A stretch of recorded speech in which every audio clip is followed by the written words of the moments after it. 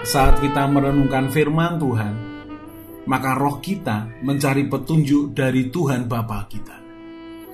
Saat kita merenungkan firman Tuhan, saat itulah frekuensi hati kita terhubung dengan frekuensi hati Tuhan, sumber kebenaran. Dan petunjuk yang didapat roh kita dari kebenaran firman Tuhan akan mengajar kita, menyatakan kesalahan kita, memperbaiki kelakuan kita, dan mendidik kita dalam kebenaran. Kalau setiap hari kita belajar firman Tuhan, maka kita dijagai untuk selalu berada dalam kehendak-Nya.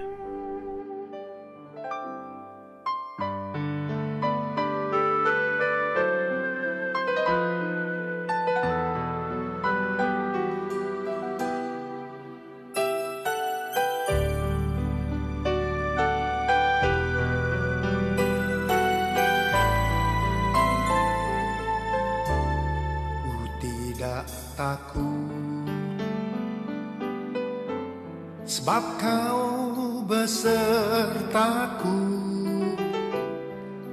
Ku tidak bimbang, sebab Engkau Allahku. Engkau meneguhkanku, bahkan menolongku.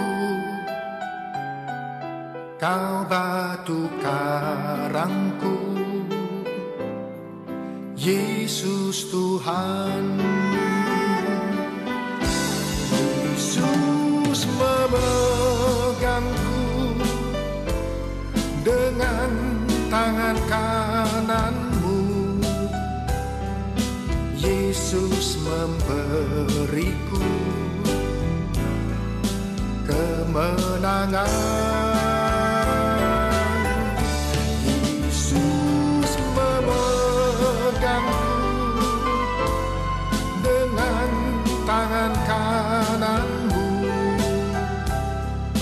Yesus memberiku kemenangan.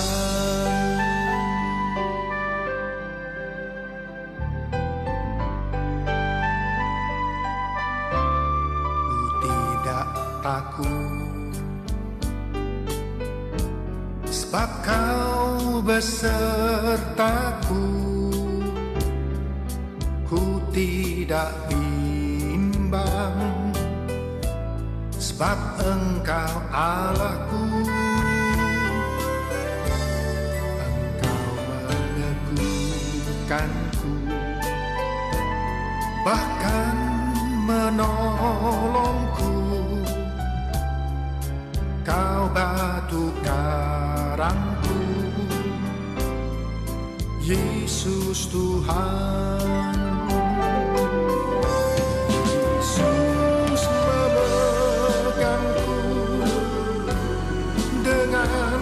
Tangan kananmu, Yesus memberiku kemenangan.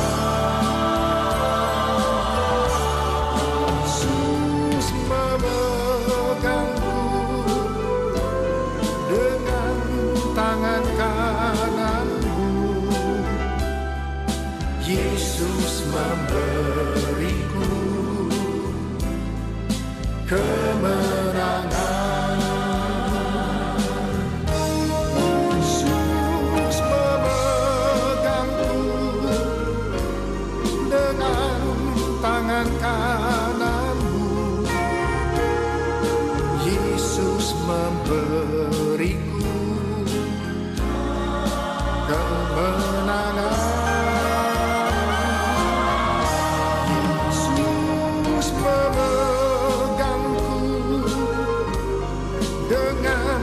Tangan kananmu,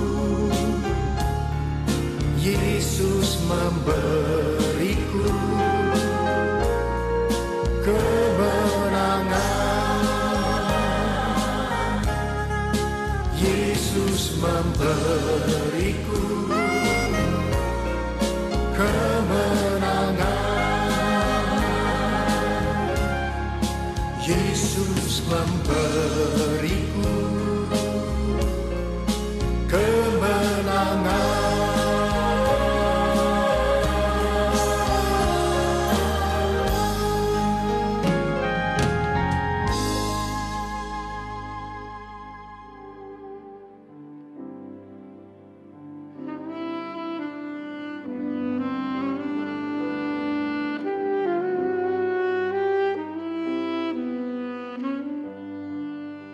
Yeremia 29 ayat 12 dan 13. Dan apabila kamu berseru dan datang untuk berdoa kepadaku, maka aku akan mendengarkan kamu.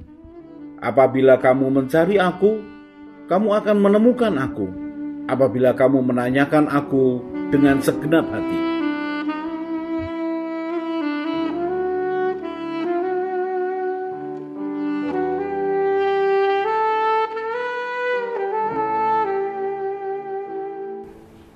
Alkitab mencatat begitu banyak peristiwa orang-orang yang bertemu dengan Tuhan. Dan pertemuan dengan Tuhan itu mengubahkan akan yang bersangkutan. Kita bisa mengatakan orang yang bertemu dengan Tuhan pasti akan mengalami perubahan kehidupan. Sekali lagi saya katakan, orang yang bertemu dengan Tuhan pasti akan mengalami perubahan kehidupan. Dan Alkitab mencatat ada beberapa peristiwa yang sangat jelas bagaimana seseorang itu bertemu dengan Tuhan pertama kali. Atau Alkitab menyiratkan bahwa yang bersangkutan sudah bertemu Tuhan sehingga memiliki dampak besar atas perkataan, sikapnya, tujuan hidupnya. Dan kita akan belajar selama 1 minggu ini orang-orang yang bertemu dengan Tuhan dan mengalami perubahan kehidupan. Karena kalau orang mengaku mengenal Tuhan, pasti dia mengalami perubahan yang sangat berarti. Orang hanya berteriak-teriak mengenal Tuhan, tetapi tidak memiliki perubahan yang sangat berarti, yang berdampak kepada kehidupan banyak orang, yang berdampak kepada kehidupan keluarga, yang berdampak kepada kehidupan orang lain di sekitarnya. Maka dia hanya mengenal Tuhan yang semu, Tuhan yang tidak nyata. Karena dia tidak mengenal Tuhan yang nyata, maka tindakannya juga tidak nyata. Tetapi orang-orang yang mengalami Tuhan dan mengalami Tuhan yang nyata, yang menyentuh hatinya, menyentuh pikirannya, memperbaharui akan konsep pikirnya, yang melatihnya untuk berubah, maka itu Tuhan yang nyata yang mengubahkan kehidupan seseorang. Maka ketika seseorang bertemu dengan Tuhan yang nyata, perubahan kehidupannya juga nyata. Dan Bapa yang kita kenal di dalam nama Tuhan Yesus adalah Tuhan yang nyata, adalah Tuhan yang hidup, yang bisa berbicara, yang bisa memperhatikan, yang peduli, yang mengajar, yang menyertai, yang mendidik, yang memperlengkapi, yang berperang buat orang-orang pilihannya, yang membela orang-orang pilihannya. Bapa yang kita sembah dalam nama Tuhan Yesus adalah Bapa yang nyata, yang membawa perubahan nyata dalam setiap orang yang bertemu dengannya. Kita akan melihat perjumpaan Tuhan atas manusia pertama yang diciptakan Tuhan, yaitu Adam. Kita lihat dulu Kejadian pasal yang kedua ayat yang keempat, dikatakan, demikianlah riwayat langit dan bumi pada waktu diciptakan, ketika Tuhan Allah menjadikan bumi dan langit. Belum ada semak apapun di bumi, belum timbul tumbuh-tumbuhan apapun di padang, sebab Tuhan Allah belum menurunkan hujan ke bumi, dan belum ada orang untuk mengusahakan tanah itu. Ayat yang ke-6. Tetapi ada kabut naik ke atas dari bumi, dan membasahi seluruh permukaan bumi itu. Ketika itulah Tuhan membentuk manusia itu dari debu tanah dan menghembuskan nafas hidup ke dalam hidungnya. Demikianlah manusia itu menjadi makhluk yang hidup. Yang menarik kita perhatikan di sini adalah manusia diciptakan dari debu tanah, kemudian dihembusi nafas hidup oleh Tuhan penciptanya, sehingga manusia menjadi makhluk yang hidup. Sudah kita bisa bayangkan ketika pertama kali Adam membuka mata, maka yang dilihat adalah Tuhan penciptanya. Saya mungkin kehabisan kata-kata untuk menggambarkan betapa pertama kali dia heran. Mungkin juga pertama kali Tuhan melihat ciptaan pertama kali manusia di depannya, yang adalah serupa dengan gambarnya. Tuhan melihat dirinya dalam tanda petik di dalam hidup manusia ciptaannya, karena Alkitab mengatakan bahwa manusia itu diciptakan segambar dan serupa dengan Tuhan. Di dalam Kejadian pasal yang pertama, ayat yang ke-26 dikatakan, berfirmanlah Allah, baiklah kita menjadikan manusia menurut gambar dan rupa kita, supaya mereka berkuasa atas ikan-ikan di laut dan burung-burung di udara dan atas ternak dan atas seluruh bumi dan atas segala binatang melata yang merayap di bumi. Demikianlah Allah menciptakan manusia itu menurut gambarnya, menurut gambar Allah diciptakannya dia, laki-laki dan perempuan diciptakannya mereka. Tuhan menciptakan manusia seperti dengan gambarnya. Sudah bisa bayangkan ketika pertama kali dia melihat Adam, dia seperti melihat dirinya, dia melihat kopinya, dia melihat Adam sebagai gambaran dari dirinya sendiri. Dan pasti terjadi pembicaraan. Saya tidak tahu apakah pembicaraan melalui perkataan mulut atau melalui hati. Karena waktu itu adalah segala sesuatu ilahi, tidak ada dosa. Dan mungkin Tuhan berbicara melalui tatapan mata, melalui hati. Tapi pembicaraan Tuhan dengan Adam menjadi sesuatu yang sangat indah. Karena kemudian Tuhan itu menceritakan akan hatinya, menceritakan impiannya, menceritakan rancangannya kepada Adam. Dan Adam sebagai manusia pertama, dia menerima dengan sukacita semua kepercayaan. Adam mulai belajar mengenal Tuhan. Ketika Tuhan menempatkan manusia itu ke dalam Taman Eden, di dalam Kejadian pasal yang kedua, ayat yang ke-15 dikatakan, Tuhan Allah mengambil manusia itu dan menempatkannya di dalam Taman Eden untuk mengusahakan dan memelihara taman itu. Lalu Tuhan Allah memberi perintah ini kepada manusia, semua pohon dalam taman ini boleh kau makan buahnya dengan bebas, tetapi pohon pengetahuan tentang yang baik dan yang jahat itu, janganlah kau makan buahnya, sebab pada hari engkau memakannya, pasti engkau mati.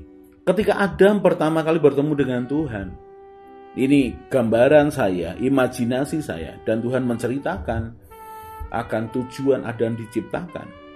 Lalu Tuhan menaruh Adam dalam Taman Eden. Taman Eden, kita bisa menggambarkan satu taman yang indah, yang lengkap. Semua bahan baku untuk mengerjakan segala sesuatu ada di dalam taman itu. Kenapa saya katakan segala bahan baku?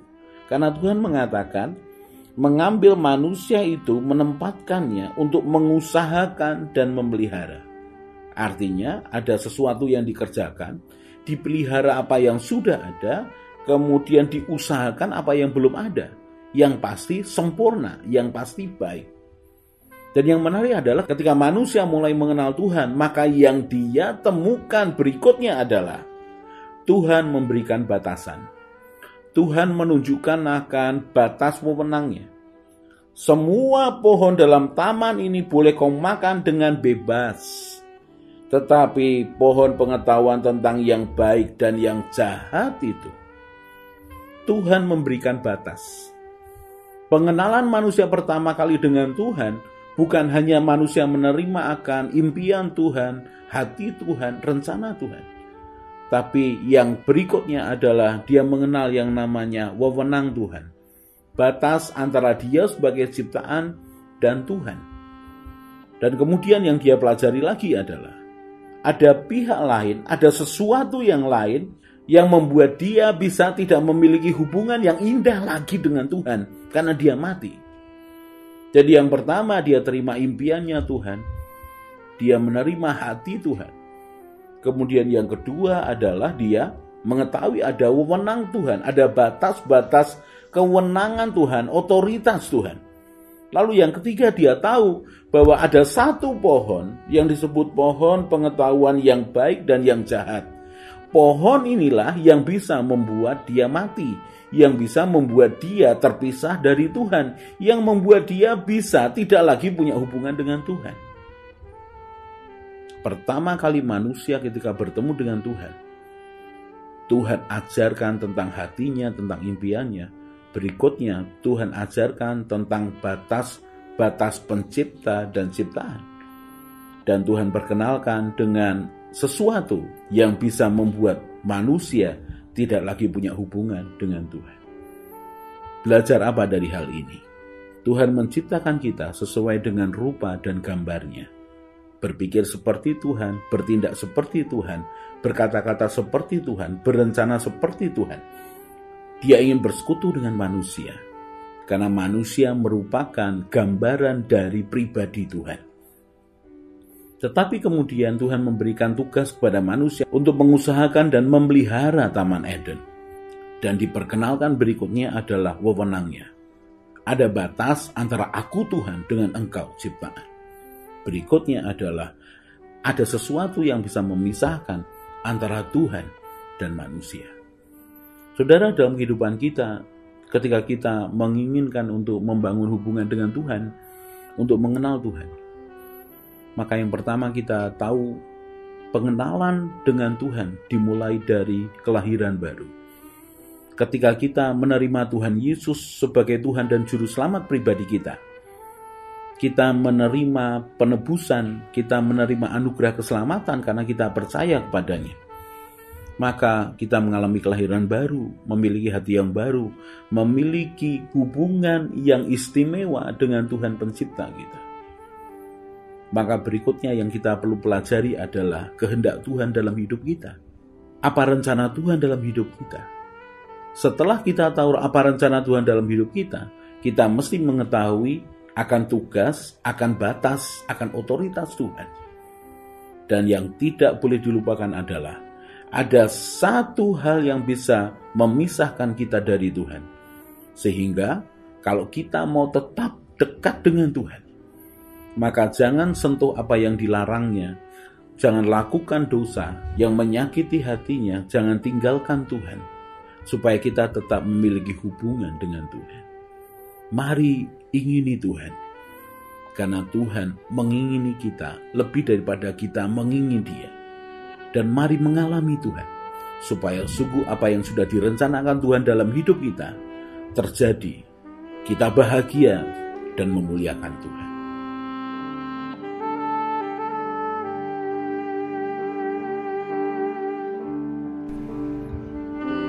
Orang yang mencari Tuhan dengan segenap hati akan ketemu Tuhan.